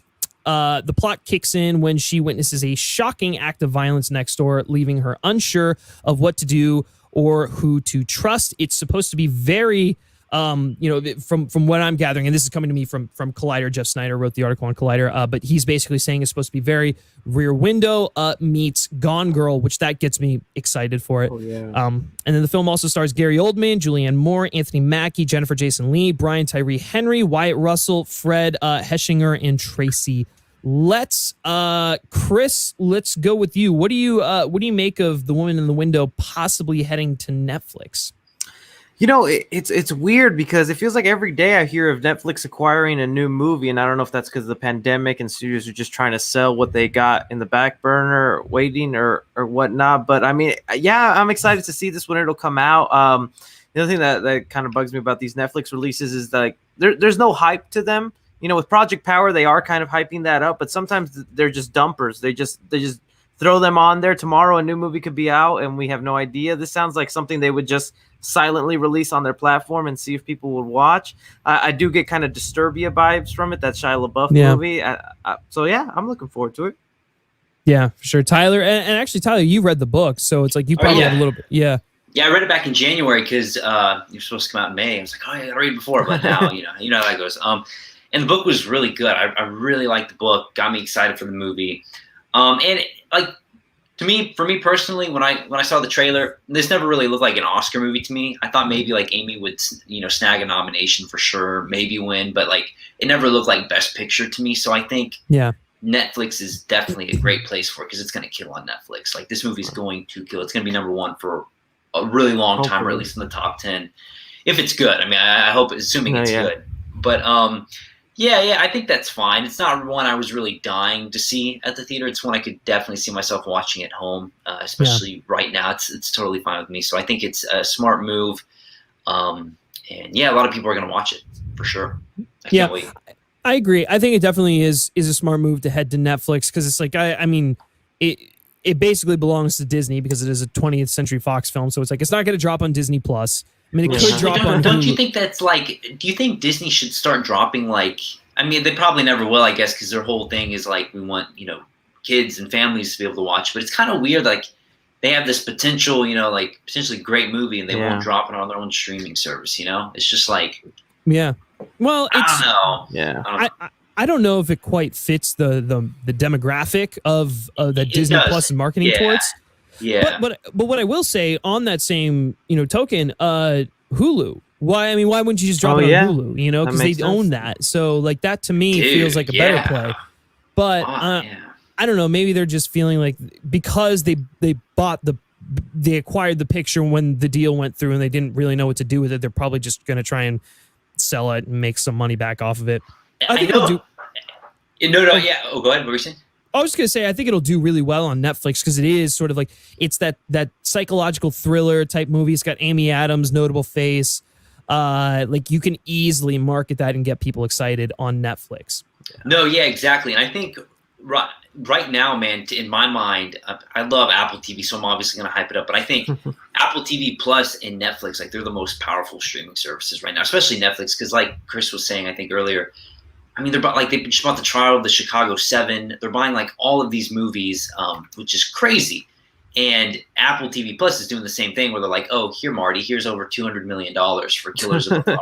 Like, obviously people aren't like, a lot of people aren't watching Apple, but Apple has the money to do it, So it's like, I don't know. I think those two are like, they're just powerful right now, man. They can do anything. Well, they also just made that deal for the DiCaprio film too. Yeah, First Look. Yeah, the first look deal with him. Hear about that. Yeah, Apple did? Yeah, it was just Apple. like yesterday or something. Yeah, Jeez, dude. Yeah, well, there you go. Yeah, it's like, yeah, that's crazy, man. Those two streaming services are just like it's scary. I think what Greyhound did for them was it was like, oh, okay, people are gonna watch this. Like we can come to play. Everyone wanted to watch Greyhound, dude. That was a smart move. Yeah. They're strategic. I completely agree with you. I think they're definitely like next in line behind Netflix. Because like as much as I love HBO Max and as much as I am like constantly on there, I'm not looking at their exclusives. I'm looking at their legacy content and the HBO stuff, Yeah, man, HBO Max has been kind of a dud for me personally. Really? Like, oh man, I'm loving it. I'm loving HBO Max. I mean, as far as original content, not like the legacy stuff, original content. That's what I was like, do you think American Pickle is going to give them a little bump or no? Oh, I forgot about that. That's right. This week, dude. I don't know. No, I don't because I haven't. Yeah. The reviews dropped yesterday for it, and I literally saw nothing about it. I think it's like at 70%. It's doing okay. It's typical Seth Rogen comedy. Yeah. Does that come out this week? Is that I think Thursday or Friday. Oh, sweet. Okay, I'm excited for it, but yeah, I want to see it. I feel like we're the only three excited for American Pickle. Yeah, no one's talking about it. I feel bad. Yeah. I'm like loosely excited. I don't know if it'll be great, but it'll be like kind of amusing, I guess. Yeah. I think it's interesting because the film is actually going to theaters in like the UK and stuff like that, but it still has the HBO Max like logo on it. So it's like, are they going to be marketing that for theatrical? Like it's weird, but yeah, no, I'm excited. I'm excited for The Woman in the Window heading to Netflix. I think it's a smart move. Listen, I don't think it's going to be that great. I don't think it's going to be an Oscar contender. And I've heard from people who saw like a test screening of it a while back that they were like, it's okay. And I'm like, yeah, okay, that tracks. But like, I'm still curious to see it. And look, it's a new movie, so it'll give me something. I think it'll probably drop sometime mid-fall or something like that. Yeah, this year for sure. I mean, for sure, I think. Yeah. Netflix is an exciting fall lineup, man. Well, it's actually interesting. Kieran Douglas just brought this to our attention. He's saying, Griffin, another Amy Adams story just broke. Amy Adams and Adam McKay are teaming up for Netflix's King of America, a limited series centering on a Walmart heiress, an executive, and a longtime saleswoman who filed the biggest class action lawsuit in U.S. history against Walmart. I'm sold, man. I love stories like that. I don't know why I don't like things like that. Yeah. Whoa, that's going to be good. Yeah, that sounds really, really interesting, though. So, yeah, for sure. But guys, let us know. Are you excited for The Woman in the Window? Do you think it's going to do well on Netflix? And, I mean, I don't know. Do you think it's going to be an Oscar contender, or is it just going to be a fun, disposable Netflix film? We want to hear all about it down in the comment section below. All right. And with that, that closes out the news portion of the show, but we will be sticking around to take your live questions for a little bit longer. So, guys, start sending them in. Let us know what you want us to talk about. And we'll try and get to some. I know there was a little bit of a Spider-Man debate going on in the chat earlier on, which I guess Spider-Man is always the topic of debate. But people are saying like, oh no, Far From Home's the best. It's like, oh no, Homecoming's the best. What are you talking about? So I am curious for you guys, out of the two, which do you prefer? So what were the two again? Far From Home and Homecoming. Yeah. Far From Home for me. Homecoming I wasn't that hot on because I was one of those Iron Man Jr. preachers, and then Me too. And then Far From Home finally did it for me, where I was like, he's his own, and I love what they did with Mysterio. Yeah, I would echo that, but I want to hear what Tyler has to say. The resident Spider-Man fanboy. No, I would say Far From Home, but to me, Far From Home and Home, they're like the same thing. Like Far From Home is like a little better just because it's, like Chris was saying, he's by himself, and Mysterio, Jake Gyllenhaal, it's great, but like they're just, to me, they're just not great movies. I don't think they're great Spider-Man movies. I just love the Tobey movies, and I do like the Amazing Spider-Man. I do too. Griffin. I think it's a good movie, and I think we go. It's better than Homecoming and Far From Home. So, but they're still good. They're still good. Yeah. No, I mean, I'm a big fan of Far From Home. It just I don't know. It got me really excited, and I think like walking out of that, I was like, oh wow, this is not only one of the best films in the MCU. I think it's one of my favorite Spider-Man films. And I agree for a lot of the same reasons Chris was talking about. I think it's sort of like played with the fact that everyone's like, oh, this guy's Iron Man Jr. or he's going to be the next Iron Man. And it's like, no, the whole point of the film is like to him discovering that it's like, no, he's his own person. He's Spider-Man. He doesn't need to fill the shoes. He can of Tony Stark. He can be his own person. So I thought that was like a smart way to go with it. And I love the film. And oh my God, I could watch Jake Gyllenhaal's Mysterio all day long. But yeah, so that's the answer to that question. Dennis S saying the Raimi movies are all three bad. What? Oh, I'll fight. Get out of here. Get out of here. Those movies are awesome, Dennis. Dennis, you're about to get your moderator privileges revoked here, buddy. Wait, those are some fighting words. All three. Like, I understand when people say, like, I hear people say Spider-Man 3 is bad all the time, but like when people say all three are bad, I'm just like, what? Like, come on. Like, you have to at least like two, like, or at least one of them, not all three of them are bad, So, yeah. Yeah, crazy. I know. Yeah. I that kind of blows my mind. Spider-Man 2 is not a bad movie. And I like the first one too, but Spider-Man 2, come on, Dennis. Come on. No. He's like, I'm a head out. You can say. All right. Austin Burke, who is 3 Scene Films' favorite YouTuber? I'm not looking for anything specific, but just curious. I actually read when I was reading that in my head, I was like, oh, I can picture how Austin is saying this. So who's your favorite YouTuber? Right. Yeah. Of course, I gotta love me some Austin Burke. I don't know how the madman sees everything. You don't have to say that. Yes, I do. You don't have to say that. You do not have to say that. No, but seriously, the guy watches everything on Netflix. Like anytime something new pops up, he's already got a review out and everything. And I think he just got Rotten Tomatoes certified too. So good on Austin. But aside from me, butt kissing Austin, I don't know, man. Like Chris Stuckman over Jeremy Johns. I like Jeremy, but I just follow more with Chris Stuckman if we're going movie news channels or movie channels. Mr. Sunday Movies. I was a longtime viewer of John Campia. I know he's like the butt of a joke now on Twitter, but I still grew up watching that a lot. I don't know if you guys remember. I used to watch a guy named Peter Rawlis. He did a show called Movie Buzz. I was really into his Oh YouTube wow, channel. no, I don't remember that. You know, Tyler, you No. remember him at all? I don't think I do. Oh man. No, what were those three guys who did the?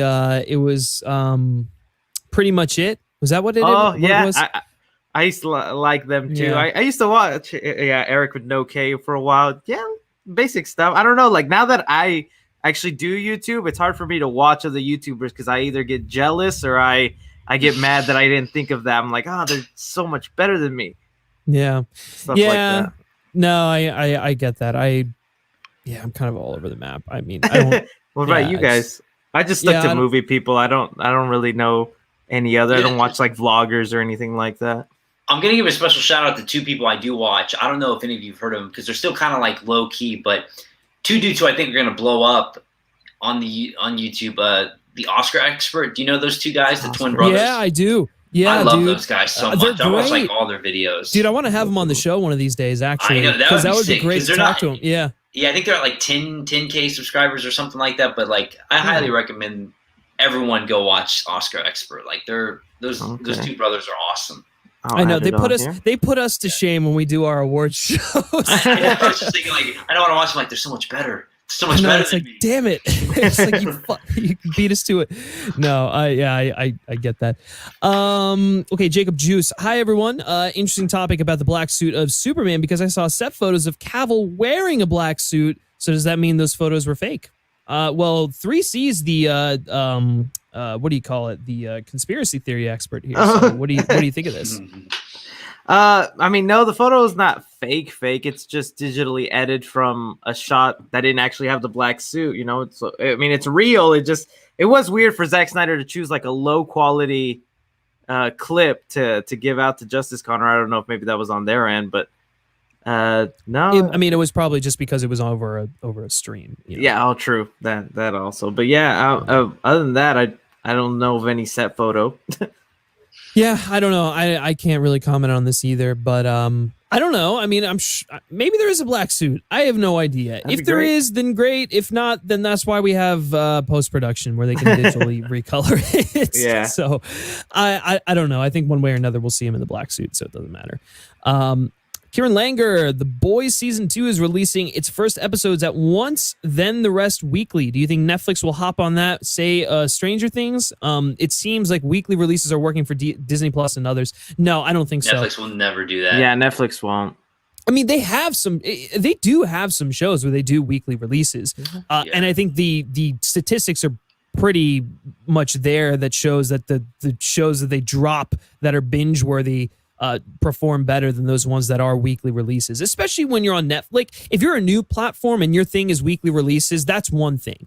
But if you're Netflix and you've been doing just like, hey, here's the full season, you can binge it now.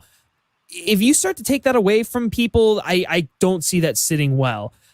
So no, I do not see Netflix doing that with Stranger Things. I think I don't like that format either. I don't like that. I feel like Apple TV Plus does that. I know I don't like it. I wish because defending Jacob, like I love that. I did love that mini series, but like I thought the week thing killed it. I actually towards the end, I waited 3 weeks so I could just binge the last 3 episodes back to back. So it's just weird to me when I don't know. I get why they do it, but I feel like that's for TV, like a streaming service. You should just drop everything. Well, that's interesting because I think my mom and my sister who watched it, they felt the same way. They were like, well, why can't we just watch the whole show? And I'm like, because they're not releasing it like that. And they're like, well, that's annoying. And I'm like, I feel like people are already in that mindset of, oh no, we want to binge that. I mean, obviously I think there are some shows where the week to week thing like works for it. Like HBO shows, great. I get that. I totally get it because it's still on TV. And, you know, I think part of it, too, I think Netflix has the luxury of dropping everything at once is because they have so much content. Like, they drop Umbrella Academy. Well, guess what? 2 days later, you're getting this show.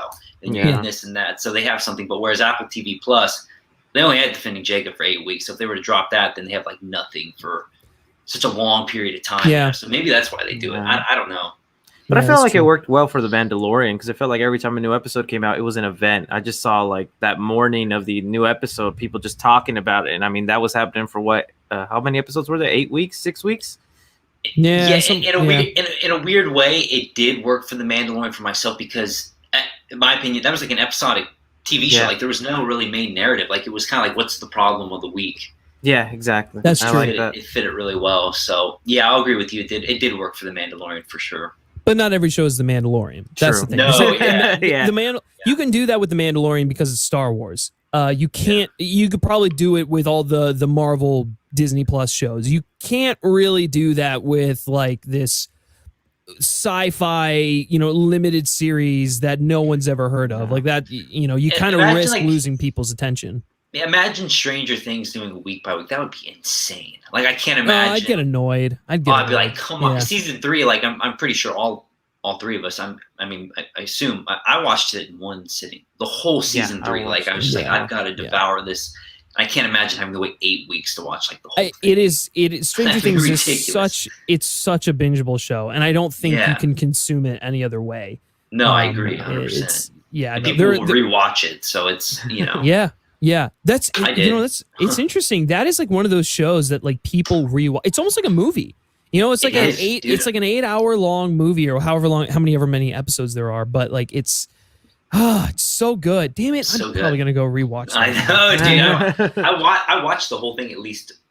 I've seen season 1 like 4 or 5 times. Like it's so That's good. wild. That's wild. All right. Amy's saying I didn't like the Raimi movies either. Damn. What? At least the first 2. I haven't seen the third. Well, you're not missing much because the third is definitely the worst. Although I don't know, maybe you will like it. can't believe I have no that. idea. But I'm Hurt. wow. Hurt. Amy, I thought we were friends. This is I know. Hurt. heartbreaking. It's okay. I get it. It's I fine. don't. I don't. Let's see. Okay. On that, what are some movies everyone praises that you hate? That I hate. I mean, there's a lot of movies that people praise that I don't like, not necessarily hate. I like Yeah. one I can think There of. was one recently that you were like, man, this is the most overrated thing. I Oh think I've-" yeah, dude. Oh no, never mind. Yeah, let's talk about The Five Bloods. Give me a break. That movie was awful, Yeah. dude. Careful, That is Spike Lee- Tyler. That's Spike Lee's Careful. worst movie of all time. That is a I did terrible not want to movie. open the floodgates. but Holy we crap! did The it. Five Bloods. Dude, give me a break. If that's nominated for any Oscar at all, I'm gonna throw up. Like that is not a Wow. good movie at all. I cannot even believe that movie. I'm sorry. I do not. There's nothing redeeming about that movie whatsoever. Like Wow. Delroy has a couple of good monologues, but that is a bad movie. It's a bad movie. Interesting. Griffin, do The you agree acting with is it? awful. No, it was bad literally my movie. favorite movie of the year before I Holy saw crap. Calm with Horses. Like that was the Dude. best. I don't That's understand. I such a- don't understand. Like I'm only speaking for 4 people, so it's not like we're right, but like I watched it with everyone here because we were super hype. Everyone was like, we're like Spike Lee. We all really like Black Klansman. None of us like. We were like, what in the world? Like this is really bad. Wow. This is a really bad movie. Like nothing redeeming. But I will never watch that movie again, ever again. Yeah. I can Everyone's saying- understand that, but there was a lot of aspects of that movie I really liked. So I understand, though, Tyler. Yeah, were some I'm things in it that I definitely in was the like, minority. I'm definitely in the minority. I think it's like a 96. Yeah, Marshall. I know. I'm in the minority. You probably should. 'Cause I've never watched a movie like an awardsy movie where I always leave thinking like, okay, I get it. I don't agree, but I get it. Something like I can't think of anything off the top of my head. But The Five Bloods, I'm just like, you got to be kidding me. Like, there's nothing. There's nothing. There's literally nothing in that So movie where I'm like, funny. nominate this. There's nothing. Absolutely nothing. It's crazy. Wow. All right. Well, That's after my answer. that, The Five Bloods. after that incredibly wrong opinion, Chris, what's a movie that you hate that everyone loves? See, I should have been thinking of one during all of that. That just took me by surprise. Not one that I can think of, but I think one that I know at this round table I'm probably in the minority on. I just couldn't get behind Suspiria. I know that was one that you really like. What is this? Is this just an attack Griffin fest? Like, what the fuck? What is happening? His favorite movie of 2018, right? Yeah. Yes. Yeah. And I could not. I guess I could see with like Tyler on that, where it's just like I just didn't get it, man. Like there's like one or two cool things in it, but the rest of it, like I was just really hard to try and stay focused on it and trying to enjoy it. So I guess that's one for me out of this circle, out of worldwide. Man, that's hard to pick right now. Suspiria is one like I hate to be that guy, but like I can see why. I can see totally why people hate that. I get it. It's such a weird it. movie, but I really do like Suspiria. Okay. I think Suspiria is a really good movie. But I get it. Totally get it. It's a weird movie. It's a weird movie, and it's really slow. Not a lot of things make sense. I don't even think I understood half of it, but I still really liked it. Man, Marshall Boy, you might be right. I might be going solo on this from now on. Karen Langer. Tyler's supposed to be the backup. Yeah, well, not today. No, I get it. I mean, Suspiria is not a movie for everyone. You have one, Griffin? Fully willing to admit that. That everyone loves that I hate. I don't know, man. I don't know. It takes. I'm so.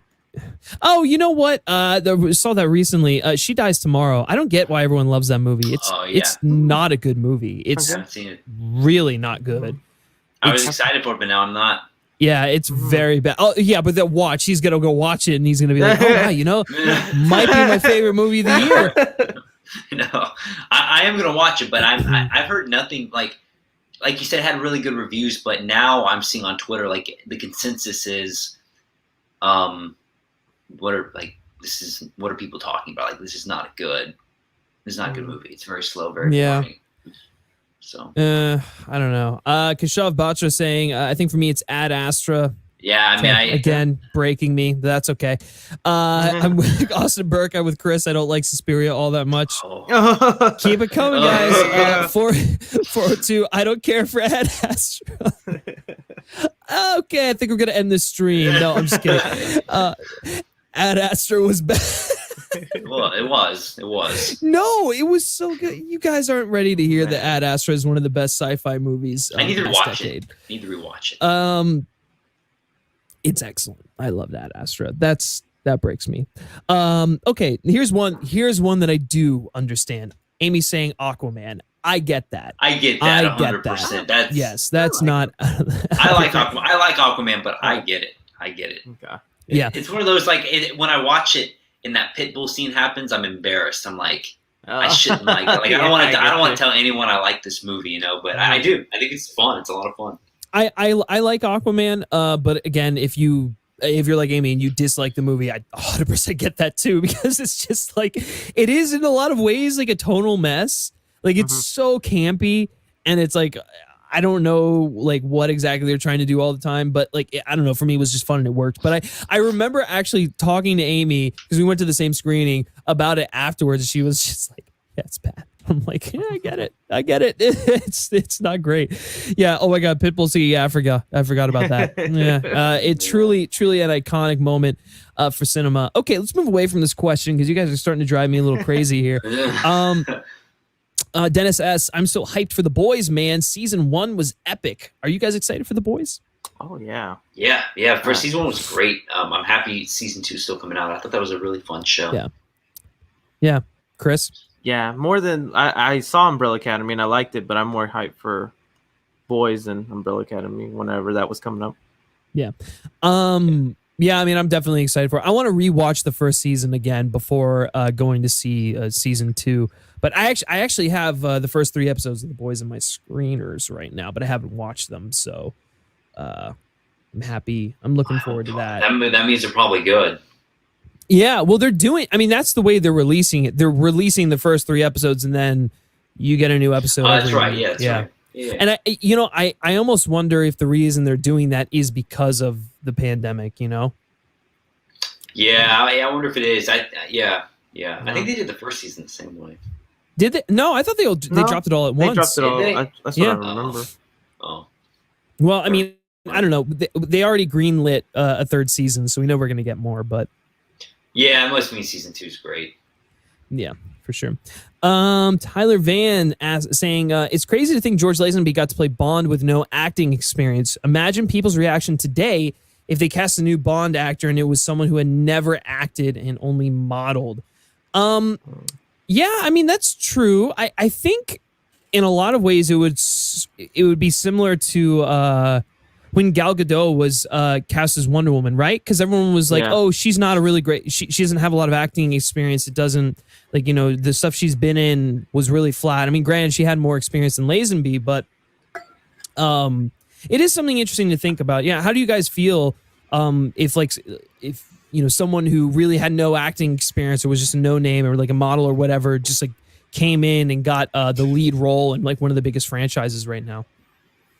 Yeah, that does seem a little odd. I wouldn't be all that up for it. Although on the opposite of that, I am in the camp for bringing more unknowns, but that are experienced. Maybe like a Ray Fisher type that have theater experience or that have been in commercials or something. Just I don't know. I miss the days of like remember when the MCU was getting started up. Chris Hemsworth was basically an unknown. He was thrown in. All these unknowns were getting star-studded up. Now it feels like not a lot of unknowns get that leading role. But if you have no acting experience at all, that does seem unfair.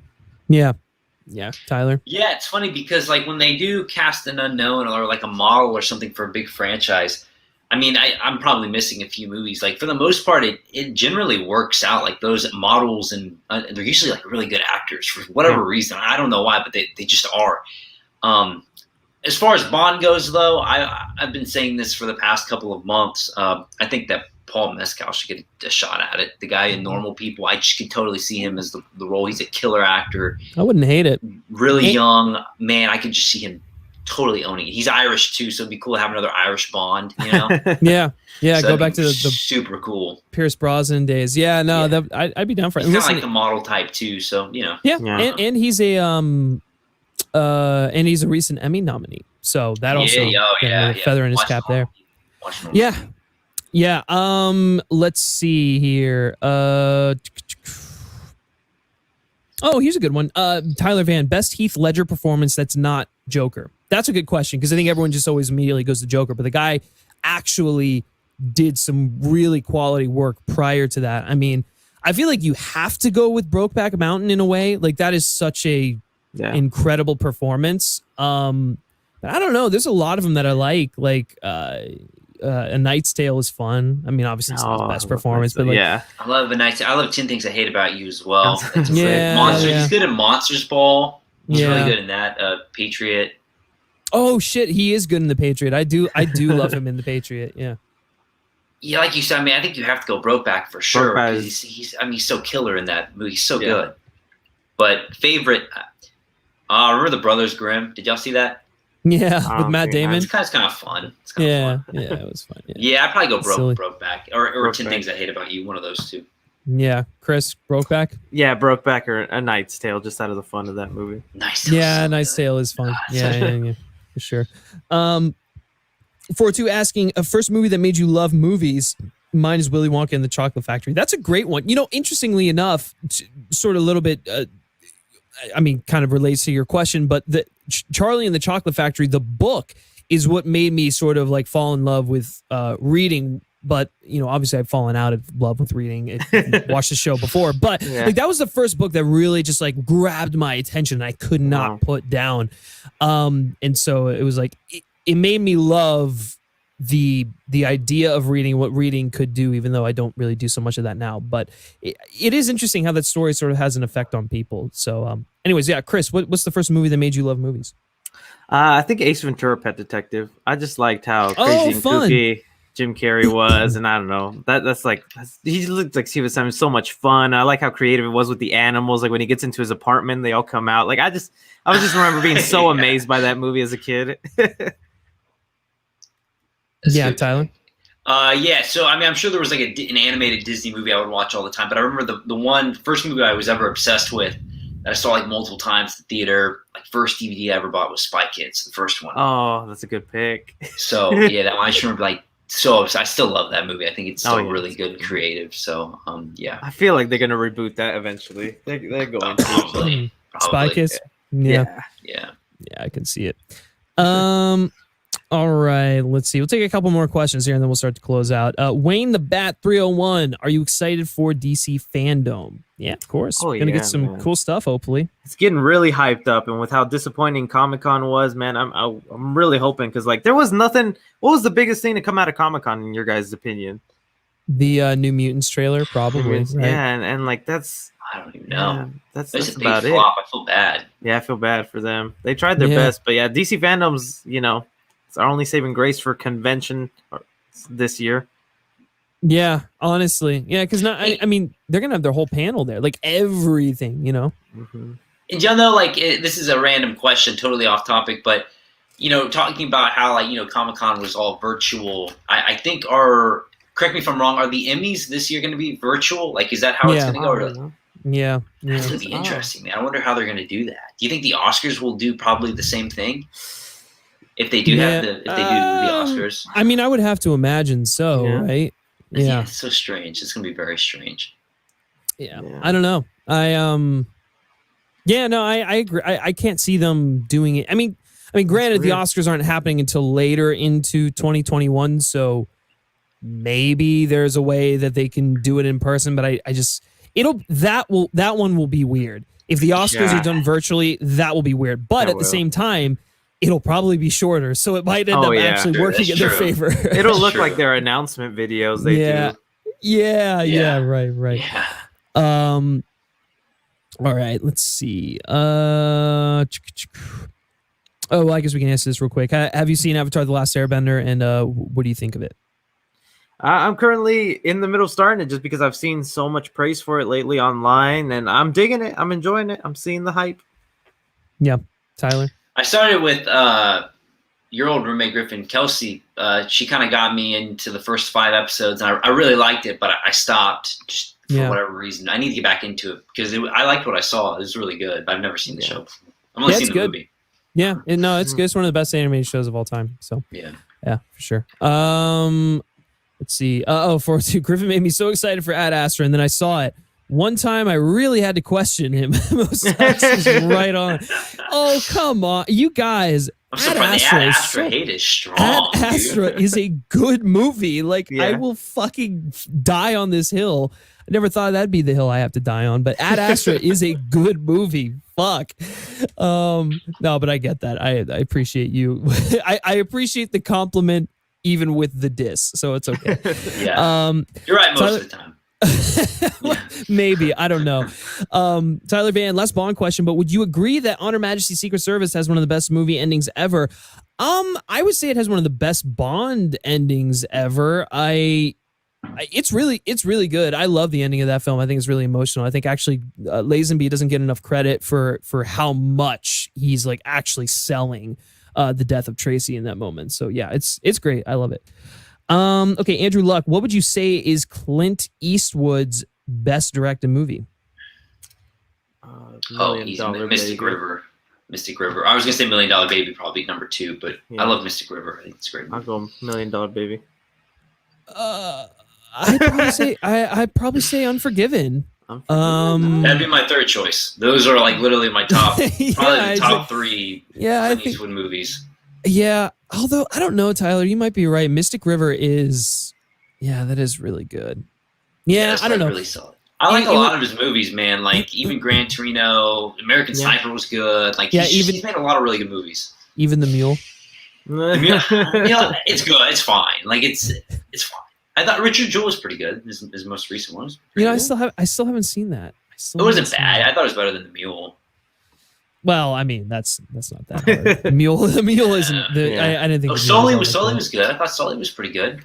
Sully was good, and I'm glad that it wasn't too long. It was just like really super short to the point. Great, like the landing the plane sequence was pretty good. You know. He's a good director. All right, guys, we'll take a few more questions here, and then we'll start to close out. Let's take maybe like 2 or 3 more. Let's see. A lot of people talking about Charlie and the Chocolate Factory, the movie, and how the remake is absolutely awful. Do you guys find that to be true? I love it. The remake, no. I wasn't that fond of it. Did you see the report that apparently The Rock was up? Yeah, The Rock was up for the role for so weird. That's bizarre. Weird. Yeah, it's bizarre. I don't like that. I don't like that at all. I'll be honest. When I watched it as a kid, I didn't hate it. I actually quite enjoyed it. I mean, even with like I guess Johnny Depp doing like his best Michael Jackson impression. I don't know. It is I mean, watching it now, it's very creepy and unsettling. But I think as a kid, I was like, oh no, this is fine. I don't hate this. Yeah. And I've actually I've never been a fan of either movie, if I'm being quite honest with you. I like even the the Gene Wilder one. Like it's fine. And it's certainly better than the remake, but I don't know. I'm not like I don't ever go back and rewatch it. I don't know what you guys think, but I love both. I don't know which one I like more. Probably give the original the upper hand Gene just a little Wilder bit. one for me. Because I love Gene Wilder. He's so fun. He's so funny, man. I wish he was a guy. Like, I just wish he was around now. You know, like he's such a funny guy. So funny. Like almost ahead of his time. Funny. You know, I don't know. You know, you are right. He's it's kind of his sense of humor is timeless. It is, man. Yeah, like he's so funny. He's so funny. I love that Blazing Saddles scene where have y'all seen that before? Yeah. I can't remember this. I can't remember all of it, but remember where he's like hyping up how he's like super fast. Oh yeah. Or he's like, you want to see me do it again? Like he's just so funny. Oh wait, didn't SpongeBob? I think. Yeah, I was like, what am I about to say? Didn't they kind of do a riff on that? It's like the Quickster with the uncanny ability to run really quick. Want to see me running that mountain back? Want to see me do it again? Yeah, I agree. That was a good one. All right, let's see. Couple of let's see. Are there any good ones in here that stuck out to you guys? Yeah, there was one. It said because I agree with it. Dennis, he redeemed himself. He said favorite action scene ever: MI6 bathroom or Mysterio illusion scene in building. For me, MI6 bathroom scene to me is like the greatest action scene ever. That's your favorite action scene? Yeah, it's a good one. Dude, or at least my favorite fight scene. Like I love that scene so much. Yeah, it's a good one. It's a good one. But that Mysterio illusion, I'll never forget my face when that was happening because like they did a good job of hiding the illusion stuff from the trailers. Yeah, like where it was all missing. You didn't know what. Like we obviously knew the water and the rock monster were all like illusions, but we thought that was going to be the extent of it. And then when the warehouse and it's happening, I'm just huge smile on my face. So I'm gonna go with the Mysterio one. Yeah, for sure. I guess the question: are we talking about what our favorite scene is ever, or the favorite one between the two of these? I saw it between two. Oh, okay. My bad then. Well, then you go, Griffin, while I think of my favorite. Well, I mean, the one I always go back to is the Madagascar chase in Casino Royale, which I probably have said like a million times before, but that's like my favorite. I just remember watching that, like my jaw hitting the floor. So that's probably one of my favorites. For some reason, I thought you were going to talk about when you said Madagascar. I thought the animated movie. I started laughing. I was like, oh, okay. It's like this is an off the wall thing. That's what I thought. My favorite action scene is Marty running from the Fusa with Alex fighting them.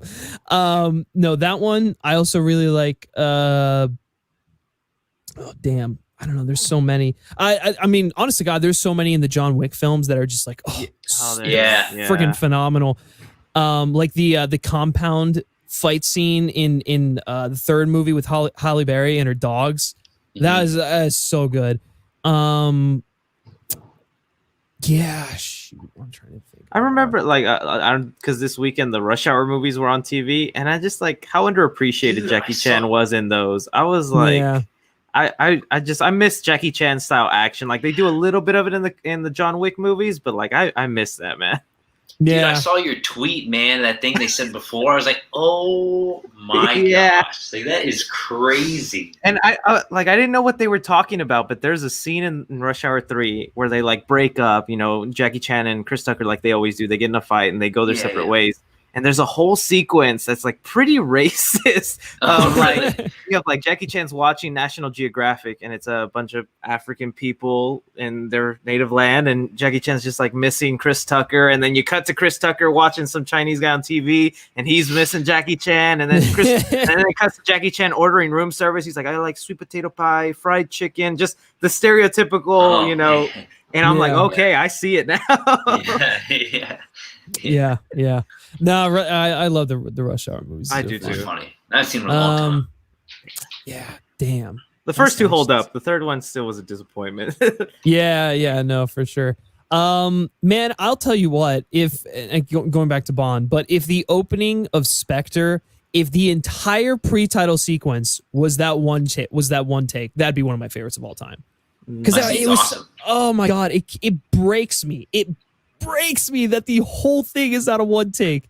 And I'm like, just seeing what Mendes did with 1917, I'm like, oh my god, you could have done it. You actually could have done it, and it would have been so good. Why didn't you? I know you don't like Spectre as much as me, but when you saw that opening scene where you're like, this is going to be the best James Bond like ever. I literally tweeted it out yesterday. That has to be like one of the best pre-title sequence to a Bond film ever, if not the best. And then also, I vividly remember sitting in the theater, and this whole one take is going. I had no idea this was going to happen. So this one take is going on, and I'm like, oh, they're not cutting. Oh my god, this is like, and I'm like, I'm getting chills and everything. And it's just like, and then the Bond theme comes in, and he's like on the roof, and it's just like, oh god, this is so good.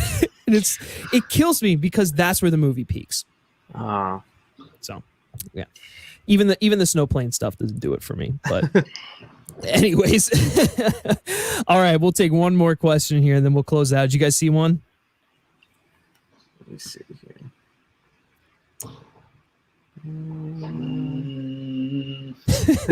Who is the tallest of the three of you? I think probably Tyler is probably Tyler the tallest. seems like, so I'm 5'7". 5'7". I'm like, I'm 6 even, so.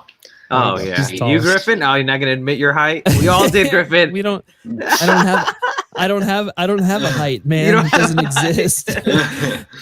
All right. Let's see. Do you guys see any? That's such a random question. Who's the tallest? It's like for his fan fiction. Fan fiction. Hey, new. This is random. I watched Twilight again. I'm rewatching the series. It's been such a long time. I don't know why. Don't ask questions. But weird movie. Not a good movie. But the new book came out today, man. The new Twilight book? It's called Midnight Sun. It's about. Isn't it all like from the perspective of Edward or something? I think it is, but people were like hype about it last night on Twitter. They're like, "It's finally out." So is it written by Stephanie Meyer? Yeah. So she is milking this franchise. Yeah. The movie's not gonna. You know they're not gonna get the cast to come back for that one. Oh yeah, they're not going to. They did the same thing with the 50 Shades books. They wrote it from the perspective of Edward, of the guy or whatever. Yeah, and so I guess she saw that, and I was like, I can do that. Yeah, it worked. Yeah. Earlier this year, the Hunger Games, they did one from the perspective of Snow, like a prequel. That was really good. I actually thought it was quite good. Because they're turning that into. They're turning that into the movie, right? Yeah. Do you think that's actually going to work? Yeah. In a way, it made. I'm not a huge fan of Mockingjay, but the prequel made Mockingjay better in a weird way. So yeah, I think that was pretty solid. It's pretty good. Cool. Yeah. But yeah. Everyone's saying that my hair adds 3 inches. I mean, it's actually not as. Listen, Jimmy sometimes Neutron. it does. Sometimes it does. Sometimes the volume on it is a little ridiculous. I had after I got a haircut, I trimmed it down a little bit. It's like very, very normal height right now. At least normal for me. I don't know. Dennis asked one. There's two. We can either do top 3 underrated actors or best boxing MMA movie. Oh, that's a good one. Okay, let's do that. All right, that'll be the last one. Where is it? Where the heck is it? Dude, I can't find it, man. It's a little. What the It's basically heck? just top 3 underrated actors. Was that the one you were? I thought you were like the boxing or MMA one. Oh, we can do the box. Yeah, we can do the box because we've done the underrated. We've done that one before. Yeah, so we'll do another one. Boxing MMA movie, by a long shot. Okay. All right. I can't. I have to look really quick. I don't know where that is on here, but whoever asked that question, thank you for the question. We're going to answer it right now. Dennis asked. Dennis asked. Okay. I am going to go with. I mean, it's really hard not to go with one of the Rocky films or Creed. I know. I will probably, if I'm not going to go with Creed, because I actually probably would go with Creed. Me too. I think I'd go Warrior. Warrior is probably the right pick there. You know. Yeah, I remember being obsessed for like a good month over Never Back Down. I hate you, I was gonna say that, but I wasn't brave enough. Yeah, I am. Dude, This is that was my favorite What? movie in 7th grade. I watched remember it so much. thinking I was such a badass for watching that movie over and over. Me too, man. I wanted to do MMA. I was like, I gotta do it. I've got to fight. that is a bad movie. Come on. I rewatched it like a year ago. It's pretty good. Like, it's Okay, pretty I good. believe you. I thought he was going places, the guy, the lead in that Me one, too, but he bro. never Yeah, did anything. Never did anything. And then the guy who plays his mentor, he's been in a lot of stuff, you know. Oh yeah. The guy, you know, just a lot of random things. But yeah, as a kid, that would have been my answer for sure. Like 7th grade. But Griffin now, hates us. yeah, That's okay. Listen, if you really want to go with Never Back No, Down, I'm just as saying the- that's one. That's just one I was obsessed with. I'm not going. Okay. with it. I see a lot of love in here for Southpaw, and Southpaw was actually really Southpaw's good. Jake South Park's Gyllenhaal. good. I'm gonna go with the off. It's not my favorite. I'm gonna pick this one, but I just want to give it some, recognition. I On remember what that- you're gonna say. I know, yeah. On Netflix, you can watch a movie called Bleed for This. Miles Teller. Yeah, I was gonna say that. That's It's a good great- one, man. Great movie. I Really actually- good. I got to meet Miles Teller at that. He came to Dallas for the screening that I had, so I have a picture. Dude, why Me have you next been to Miles Teller, What? man. He Why smelled have you so been rich. hiding? I don't know if that's like a good way to describe it, but I just remember Dude, why? smelling Are you- him, and I was like, "You smell rich." Dude, you should have led with this when we met. Oh my goodness. You met Tyler, him. in case no one Holy crap. understands this, Tyler is the biggest Miles Really? Teller Number fanboy. one. Top 3 actors ever, dude. I'm dead serious. I don't get it. He's That's great. why Top Gun 2 is just like, it's tailor made for me. But Is that Dude, was he literally? nice? It's Tom Cruise and Miles Teller. my 2 favorite actors. 2 favorite actors. So there. Fuck. Was he a nice? You have to show me the picture, man. Oh yeah, I'll send it to you. But no, he was really nice. I think he just got engaged at that time. I don't know if he's still with that woman, but yeah, yes. he was. Tom yeah, he knows Cruise all for about a fact. Yeah, they're married. They're married. They're married. Yeah, Oh, no, he man. was. Yeah, it was cool Yeah. meeting him. Yeah. Back on the topic of boxing MMAs.